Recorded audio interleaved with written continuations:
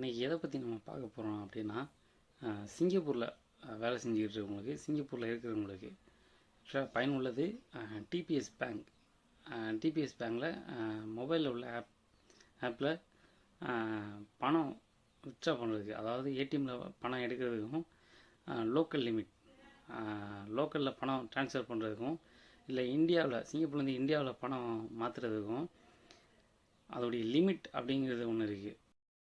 இப்போது நீங்கள் $1000 எடுக்கலாம்னு நினைப்பீங்க, ஆனால் லிமிட் வந்து $500 இருக்கும்.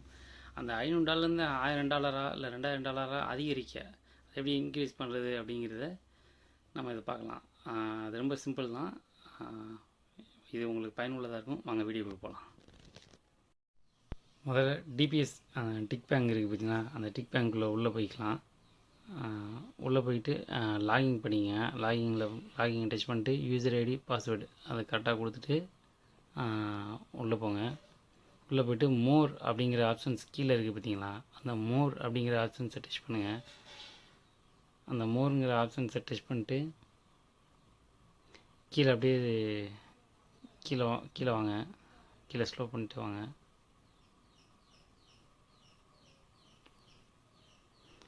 அப்படியே கீழே தள்ளிட்டு ஒவ்வொரு ஆப்ஷன்ஸாக கேட்கும். ஸோ இப்போ நம்ம பார்க்க போகிறது வந்து லிமிட்டு. அந்த லிமிட்டை தான் இப்போ நம்ம பார்க்க போகிறோம். கீழே அப்படியே தள்ளிட்டு வந்தீங்கன்னா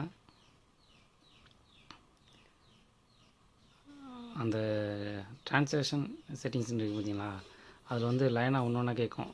ATM card, debit card limit, overseas limit, local லிமிட்டுன்னு. இதில் ஒன்று ஒன்றா நம்ம பார்க்கலாம். இப்போ லோக்கல் லிமிட்டை ஃபஸ்ட்டு நம்ம உள்ளே போய்ட்டு பார்த்துக்கலாம்.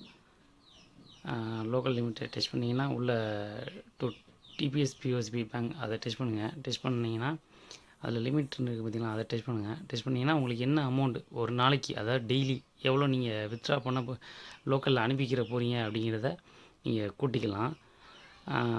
$1000 $2 லட்சம் வர்றதுக்கு அது உங்களுக்கு எப்படிங்கிறத பார்த்து நீங்கள் செல் பண்ணிக்கலாம். அடுத்து ஓவர்சீஸ்னால் இந்தியாவுக்கு பணம் அனுப்புறது. வெளிநாட்டுகளில், குறிப்பாக வெளிநாடுகளில் பணம் எந்த நாட்டுக்கு வேணாலும் அனுப்பிக்கலாம். அதோடைய லிமிட் பேனா ஓவர்சீஸ் இருக்குது. இல்லை ஓவர்சீஸ் ட்ரான்சாக்ஷனாக அதுவும் இருக்குது. நீங்கள் ஓவர்சீஸ் ட்ரான்சாக்ஷன்லாம் அனுப்புனீங்கன்னா அதுக்குள்ளே போய்ட்டு அதோடைய லிமிட் உங்களுக்கு தகுந்தாப்புல நீங்கள் எப்படி சூஸ் பண்ணுறீங்களோ அதை சூஸ் பண்ணிக்கலாம். ஒரு நாளைக்கு இந்தியாவுக்கு எவ்வளோ பணம் அனுப்புகிறீங்களோ அந்த லிமிட்டை நீங்கள் ஏற்றிக்கலாம். அதே போல் வந்து ஏடிஎம் கார்டு, டெபிட் கார்டு அதுதான் ரொம்ப இம்பார்ட்டன்ட்.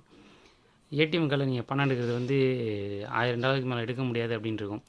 ஸோ அந்த மாதிரி சூழ்நிலை வந்துச்சுன்னா நீங்கள் ஏடிஎம் கார்டு உள்ளே போய்ட்டு அதோட லிமிட்டையும் இதே மாதிரி தான் இருக்கும், அதை மாற்றிக்கலாம். அதே மாதிரி டெபிட் கார்டுனா பர்ச்சேசிங் பண்ணுறது, அதுவும் நீங்கள் ஒரு நாளைக்கு எவ்வளோ வேணாலும் பர்ச்சேசிங் பண்ணிக்கலாம் அப்படிங்கிறத லிமிட்டையும் நீங்கள் வச்சுக்கலாம்.